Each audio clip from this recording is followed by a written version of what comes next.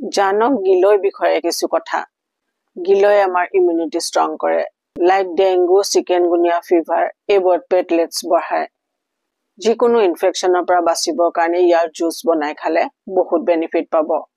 আৰু ৰাতিপুৱা যদি খালী পেটত ইয়াৰ পাত চুবাই খায় তেতিয়াহ'লে শৰীৰৰ টক্সিনছবোৰ বাহিৰ ওলাব। নেক্সট বেনিফিট গিলয়ৰ ডাইজেশ্যন আৰু ডায়েবেটিছত ই খুব ভাল কাম কৰে। কনষ্টিপেশ্যন, গেছ, এচিডিটি এইবোৰত ভাল কাম কৰি ভোক বঢ়ায় আৰু লগতে লিভাৰ হেল্ডি ৰাখে। ডায়েবেটিছ পেচেণ্টৰ কাৰণে বেছ ভাল, চুগাৰ কণ্ট্ৰলত ৰাখে আৰু ইনচুলিন ৰেজিষ্ট্ৰেশ্যন বঢ়ায়। ডাইজেশ্যন ভাল কৰি পাকস্থলী চাফা ৰাখে। গিলয় আৰু কিছু বেনিফিটৰ বিষয়ে জানক। গাঁঠিৰ বিষ, ফুলা এইবোৰত খুব ভাল কাম কৰে।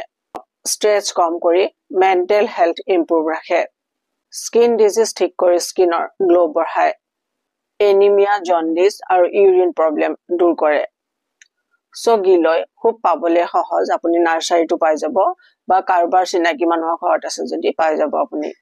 খুব হাৰ্ডি প্লান্ট, এটা আনি ঘৰত ৰুই দিলে খুব সুন্দৰকে বাঢ়িব।